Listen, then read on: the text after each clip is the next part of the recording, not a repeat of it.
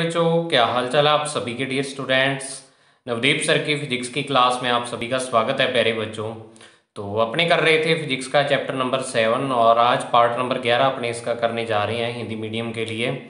तो जो अपने टॉपिक रहेंगे बच्चों वो है बुक के क्वेश्चन का पार्ट नंबर 2। ठीक है, तो इसमें क्या है कि जो अतिल गुत्रात्मक प्रश्न है वो 5 प्रश्न ये और आंकिक प्रश्न 3 ये अपने क्या है टोटल 8 क्वेश्चन डिस्कस करेंगे। तो बहुत ही अच्छे तरीके से आपको समझना है। तो चलिए बच्चों स्टार्ट करते हैं आज की वीडियो एक नई एनर्जी के। तो देखिए प्यारे बच्चों, सबसे पहले है अतिल गुत्रात्मक प्रश्न। ठीक है ना, तो ये स्टार्ट करते हैं अपने। तो अतिल गुत्रात्मक प्रश्न में सबसे पहला जो प्रश्न है वो आपके पास है क्वेश्चन नंबर फर्स्ट। चुंबकीय क्षेत्र उत्पन्न करने के लिए विभिन्न स्रोतों के नाम लिखो। यानी चुंबकीय क्षेत्र किस किस से आप उत्पन्न कर सकते हो उन सभी स्रोतों के आपको नाम लिखने हैं। तो इसमें देखो स्थायी चुंबक है एक। तो स्थायी चुंबक का मतलब परमानेंट मैग्नेट, यानी कि एक ऐसा चुंबक जो लगा जिसको एक बार चुंबक बना दिया तो वो हमेशा चुंबकीय गुण दर्शाता है। वैसे स्थायी चुंबक अपने अगले चैप्टर में पढ़ेंगे। फिर है धारावाही चालक तार या कुंडली। ठीक है, ये भी क्या है धारावाही चालक जो होता है, चाहे वो तार है चाहे कुंडली आपके पास, वो भी क्या करती है चुंबकीय क्षेत्र उत्पन्न करती है। और तीसरा है गतिमान आवेश। गतिमान आवेश भी क्या करता है चुंबकीय क्षेत्र को उत्पन्न करता है। तो ये 3 है। बाकी आपकी बुक में एक शायद और भी दिया हुआ है विद्युत क्षेत्र में परिवर्तन, तो वो आपके इतना ज़्यादा डिटेल में नहीं है तो तभी मैं वो नहीं बताया। आप ये 3 कारण लिख लो बस, बहुत है इतने आपके लिए।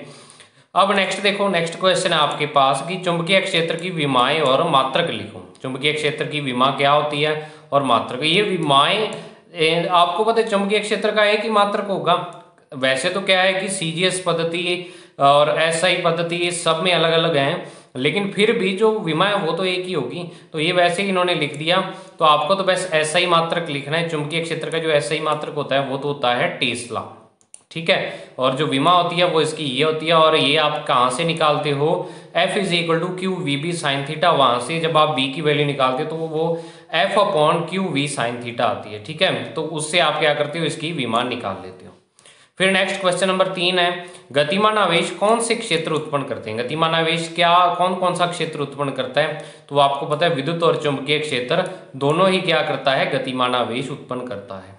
समझ आई बात। तो ये भी यानी आसान सा क्वेश्चन था। फर्स्ट चैप्टर में ऑलरेडी आप ये क्वेश्चन पढ़ चुके हो। ठीक है, तो तभी क्या है ये बिल्कुल आसान क्वेश्चन है। फिर नेक्स्ट क्वेश्चन जो है आपके पास वो क्या है 9th नंबर क्वेश्चन, और ये बहुत बढ़िया क्वेश्चन है। और थोड़ा सा इसको ध्यान से पढ़ लोगे ना आप तो फिर क्या है आपके आराम से ये चीज क्लियर हो जाएगी, ये वाला क्वेश्चन क्लियर हो जाएगा।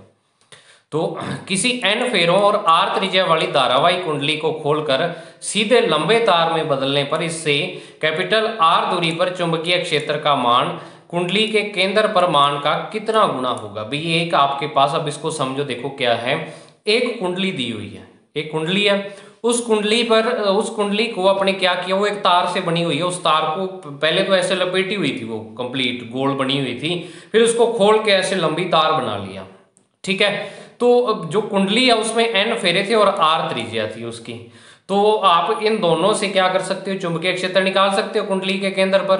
तो अब क्या है, अब जब उसको तार में बदल दिया तो उस तार से कैपिटल R दूरी पर चुंबकीय क्षेत्र का मान निकालना है। एक तो कुंडली के केंद्र पर निकालना है और दूसरा कहां पर निकालना है आपको, जो आपकी तार बनेगी कुंडली को खोलकर उससे R दूरी पर, दोनों का क्या करना अनुपात निकालना है। अनुपात निकालने पर ही आपको पता लगेगा भी कौन किसका कितना गुना है। तो अब देखो क्वेश्चन समझ में आ गया हो तो इसको करते हैं कि n फेरों और r त्रिज्या वाली धारावाही कुंडली के केंद्र पर जो चुंबकीय क्षेत्र B केंद्र लिख रहा हूं मैं म्यू नोड ni बटा 2r ये होता है। ठीक है, पढ़ रखा आपने। अब इस कुंडली को खोलकर लंबे तार में बदलने पर, जब इस कुंडली को अपने क्या कर देते हैं खोल कर और एक लंबे तार में इसको बदल देते हैं, तो तब देखो क्या होता है।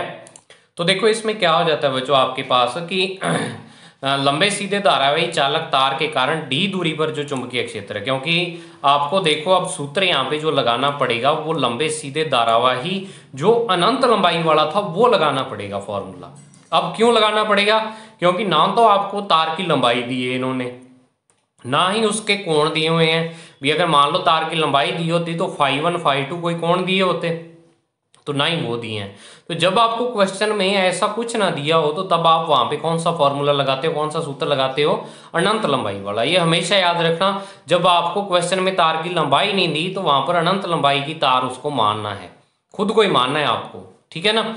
तो बी तार जो होगा वो mu not I upon 2 pi D होता है, ये अनंत लंबाई के तार के कारण। लेकिन आपको पता है कि डी है यहाँ पे आर के बराबर है, इन्होंने क्वेश्चन में कह रखा है क्या कि तार में बदलने पर इससे कैपिटल आर दूरी पर, तो अब दूरी डी जो होती है वो क्या है, यहाँ पर कैपिटल आर उसका काम कर रही है दूरी डी का। तो अब देखो क्या करेंगे, बी तार जो आ जाएगा वो आपके पास क्या आ जाएगा, म्यू नॉट आई और बटा में क्या आ जाएगा 2 पाई आर आ जाएगा, ठीक है। अब समीकरण 1 और 2 को अपने भाग दे देते हैं, बी केंद्र बटा बी तार। तो बी केंद्र वाला तो ये था mu naught n I upon 2 r, और दूसरा था बटा में आएगा बी तार वाला, ये वाला, ठीक है। तो जब इस टर्म को आप बटा में लिखोगे तो ये म्यू नॉट आई यहाँ पे पड़ा रहेगा और 2 पाई आर ऊपर चला जाएगा। तो अब देखो कैंसल आउट जो हो रहा है वो अपने देख लेते हैं, यहाँ पे मैंने काट रखा है म्यू नॉट से म्यू नॉट कट गया, आई से आई, फिर आर से आपका आर और 2 से आपका 2 कैंसिल हो गया, ठीक है। तो यहाँ बचा एन और यहाँ बचा पाई, तो एन पाई आ गया। तो इसका मतलब क्या है, चुंबकीय क्षेत्र क्या हो जाएगा, जब उसको तार में बदलेंगे तो वो एन पाई गुना हो जाएगा। क्या हो जाएगा, एन पाई गुना हो जाएगा। समझ आई बात। तो सॉरी, यहाँ पे एन पाई गुणा कब होगा, केंद्र वाला क्या होगा, तार वाले का एन पाई गुणा। और अगर मान लो मैं आपको यहाँ पे दोनों चीजें बता देता हूँ, अगर तो उसने देखो क्वेश्चन में क्या पूछ रखा है कि इससे आर दूरी पर चुंबकीय क्षेत्र का मान कुंडली के केंद्र पर मान का कितना गुना होगा। अब तार के कारण केंद्र पर पूछा है, तो अब देखो इसको कैसे करेंगे अपने, ये बी तार जब आप निकालोगे तो ये एन पाई बटा में आ जाएगा। तो यहां पर एन पाई नहीं 1 बटा एन पाई गुना होगा, ठीक है। अगर ये ऐसे पूछ लेता कि केंद्र वाला कितना गुना होगा तार वाले से, तो फिर आप एन पाई गुना कह देते। तो ये गलती यहाँ पे सुधार लेना, मैं इसको नोट्स में भी सही कर दूंगा, अभी नोट किया मैंने, ठीक है ना। तो आप 1 बटा एन पाई गुना आप इसको कह सकते हो। अब नेक्स्ट क्वेश्चन, ये भी यानी बहुत बढ़िया क्वेश्चन दिया हुआ है, और ये जिस बच्चे ने समझ रखा है टॉपिक उसके बहुत बढ़िया यानी ये समझ में आएगा क्वेश्चन। देखो क्या है, हेल्महोल्ट्ज कुंडली के दोनों नति परिवर्तन बिंदुओं के मध्य दूरी कितनी होती है। यानी हेल्महोल्ट्ज कुंडली होती है, उसके नति परिवर्तन बिंदु होते हैं, उनके मध्य दूरी कितनी होती है। तो अब हेल्महोल्ट्ज कुंडली में तो देखो 2 कुंडलियां होती हैं और दोनों के टोटल 4 नति परिवर्तक बिंदु हो जाएंगे, क्योंकि एक कुंडली के में 2 नति परिवर्तक बिंदु आते हैं। अब नति परिवर्तक बिंदु अगर आपके नहीं याद तो बता देता हूं कि कुंडली का जब ग्राफ बनाते हैं अपने, तो एक बिंदु पर आकर वो क्या हो जाता है, सीधी रेखा हो जाता है लगभग। वहां से जो ग्राफ की जो वक्रता है वो 0 हो जाती है और उसके बाद नेगेटिव होती है, उससे पहले पॉजिटिव होती है। यानी ग्राफ उससे पहले ज्यादा मुड़ा हुआ होता है और उसके बाद क्या होता है, कम मुड़ा जाता है। उसको अपने क्या बोल देते हैं, इसकी वक्रता बोल देते हैं। तो वो वक्रता पहले पॉजिटिव नेगेटिव जिस बिंदु पर चेंज होती है, यानी जिस बिंदु पर 0 होती है, उसको अपने नति परिवर्तक बिंदु कहते हैं। तो ये क्या है, पहली कुंडली के लिए 2 नति परिवर्तक बिंदु आ रहे हैं, ये दूसरी के लिए। तो हेल्महोल्ट्ज कुंडली के लिए कौन से बिंदु लेंगे अपने, वो लेंगे एक तो इसका और एक इसका बिंदु, ठीक है। जो एक दूसरे के पास वाले बिंदु है वो वाले बिंदु लोगे आप। तो हेल्महोल्ट्ज कुंडलियों के जो ये वाले बिंदु हैं, इनके मध्य जो दूरी होती है वो देखो कैसे निकालेंगे अपने। आपको पता है नति परिवर्तक बिंदु r/2 दूरी पर होते हैं। तो अगर इस कुंडली के लिए बात करूं तो r/2 दूरी पर इधर और r/2 पर इधर। इसी प्रकार इस कुंडली के लिए बात करूं तो r/2 दूरी पर ये वाला और r/2 दूरी पर ये वाला। अब क्या है कि आपको इन दोनों बिंदुओं के मध्य दूरी निकालनी है। तो ये कैसे पता लगा भी r/2 और r/2 दूरी है ये, ठीक है। ये आपको इससे पता लगेगा ये जिस पॉइंट पर दोनों ग्राफ कट रहे हैं, क्योंकि जिस पॉइंट पर कट रहे हैं उस पॉइंट पर जो B1 का मान होगा बिल्कुल वही उसकी सीध में क्या होगा B2 का मान। तो ये दोनों मान बराबर कब होते हैं, जब आपका बिंदु क्या है, बिल्कुल मध्य बिंदु हो, मतलब कि r/2 दूरी वाला। यानी ये टोटल क्या है, r दूरी होगी और ये r/2 और r/2। तो अब आपका आंसर हो जाएगा r दूरी होती है, क्योंकि ये बिंदु और ये बिंदु इन दोनों के मध्य दूरी कितनी है, r है। टोटल r यानी कि कुंडली के त्रिज्या के बराबर दूरी है, ठीक है। तो अब ग्राफ से स्पष्ट है कि हेल्महोल्ट्ज कुंडलियों के दोनों नति परिवर्तन बिंदुओं के मध्य दूरी r/2 प्लस r/2 बराबर r होती है। अर्थात कुंडली की त्रिज्याओं के समान होती है, क्योंकि दोनों को जो कुंडलियां होती हैं उनकी त्रिज्याएं क्या होती हैं, समान होती हैं एल वोल्टेज कुंडली के लिए। समझ आई बात। अब दूसरा क्वेश्चन मैं आपको यहाँ से ये बता देता हूँ कि अगर आपसे यही पूछ लें कि एक धारावाही कुंडली में दो नति परिवर्तक बिंदुओं के मध्य दूरी कितनी होती है, तो वो भी आर ही होगी, ये देखो, ठीक है, क्योंकि एक नति परिवर्तक बिंदु क्या होता है, इस साइड में होता है और एक इस साइड में। तो और इस कुंडली के लिए भी देखो क्या होगी, आर ही होगी। तो एक कुंडली के लिए भी आर ही है और हेल्महोल्ट्ज़ कुंडलियों के लिए भी कितनी है, आर ही है। समझ आई। ये क्वेश्चन वो थे जो आपके अब तक का चैप्टर हो चुका है उसमें से आए हुए हैं, ठीक है। अब न्यूमेरिकल क्वेश्चन अपने करते हैं, और न्यूमेरिकल क्वेश्चन करवाने से पहले आपके मन में ये विचार चल रहा होगा कि सर ने तो कहा था कि न्यूमेरिकल क्वेश्चन है वो अपने बोर्ड पर करेंगे, लेकिन अब आप यहाँ पे करवा रहे हो। तो बच्चों ये 3 क्वेश्चन है, एक ऐसे क्वेश्चन है जो बिल्कुल फॉर्मूला बेस्ड है, इनमें समझने वाला कुछ नहीं है इतना ज़्यादा, थोड़ा बहुत है, बस डायरेक्ट फॉर्मूला लगाओ और उसमें आंसर दे दो, यानी उसमें वैल्यू पुट करो, आंसर आ जाएगा। तभी मैं ये वाले क्वेश्चन आपको यहाँ पे करवा रहा हूँ। समझ आई बात।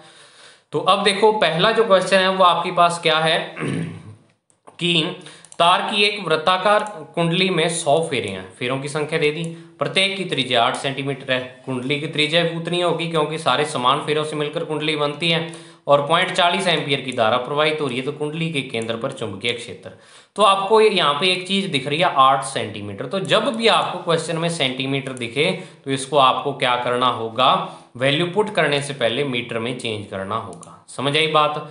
तो अब अपने क्या करेंगे, कुंडली की त्रिज्या जो 8 सेंटीमीटर आ रही है उसको मीटर में चेंज करेंगे, 8 × 10⁻⁻2 मीटर, यानी सेंटीमीटर को मीटर में जब चेंज करते हैं तो 100 से भाग देते हैं, या आप ऐसे कह दो कि 10⁻⁻2 से गुणा करते हैं उसको।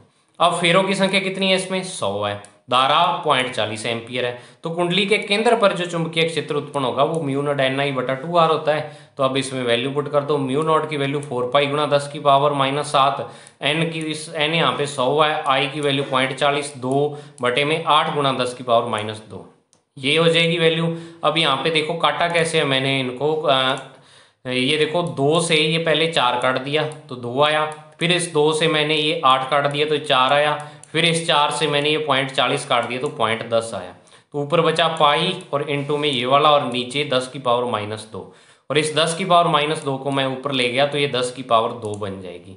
तो आप देखो नीचे क्या कर रखा है, कैलकुलेशन ये सीधी, पाई × 10⁻⁷ है, इस 100 को भी मैंने 10⁻2 लिख दिया, और इस 10⁻2 को ऊपर लेके गया तो वो 10⁻2 आ गई, और 0.10 है तो 0.10 को अपने क्या लिख देंगे, 10⁻⁻1। ये आप याद रखना, क्योंकि देखो 0.10 का जब पॉइंट हटाएंगे अपने तो बटा में कितना आएगा, 100 आएगा, और उस 100 की एक जीरो इस ऊपर वाले से कट जाएगी तो ये 1/10 या 10⁻⁻1 हो जाएगा। समझ आई बात।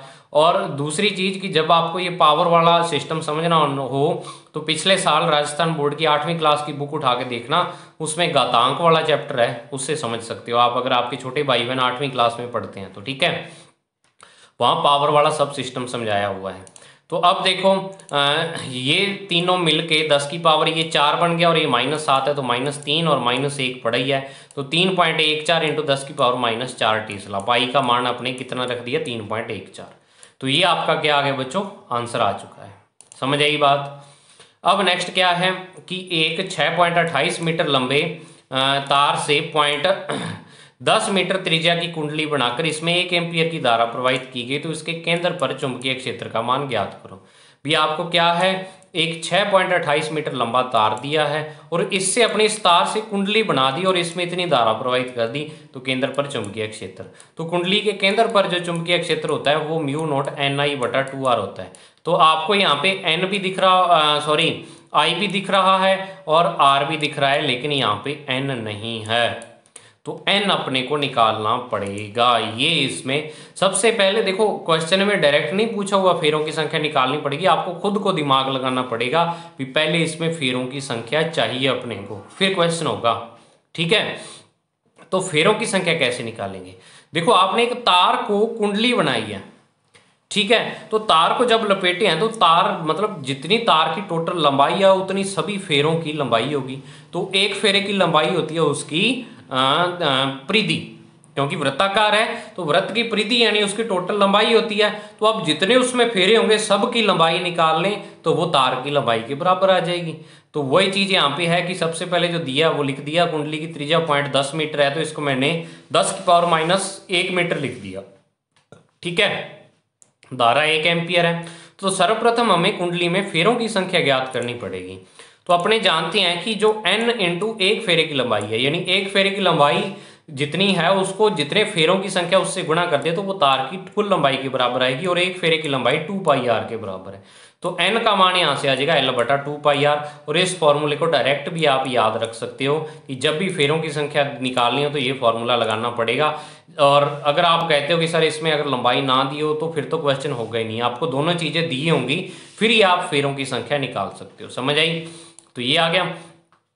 अब मान लो इसी क्वेश्चन को मैं अगर दूसरे टाइप से कह दूं, भी आपने वृत्ताकार ना बना के एक आयताकार कुंडली बना दी, तो आयताकार कुंडली में यहाँ पे आप क्या लिखोगे, 2 गुना लंबाई प्लस चौड़ाई, उसका परिमाप लिख दोगे।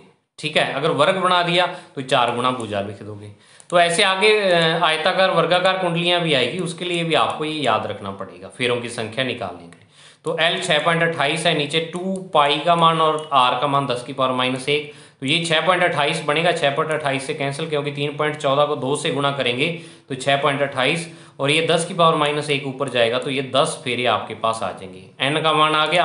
अब इसमें क्या करो, आप n का मान रख दो डायरेक्ट, तो आपके पास आंसर आ जाएगा। देखो क्या, b बराबर μ0 NI/2r, ऊपर वाला फॉर्मूला ही है। तो 4π × 10⁻⁷ μ0 का मान, फिर 10, फिर धारा का मान 1 एम्पियर, और बटा में 2 × 10⁻⁻1।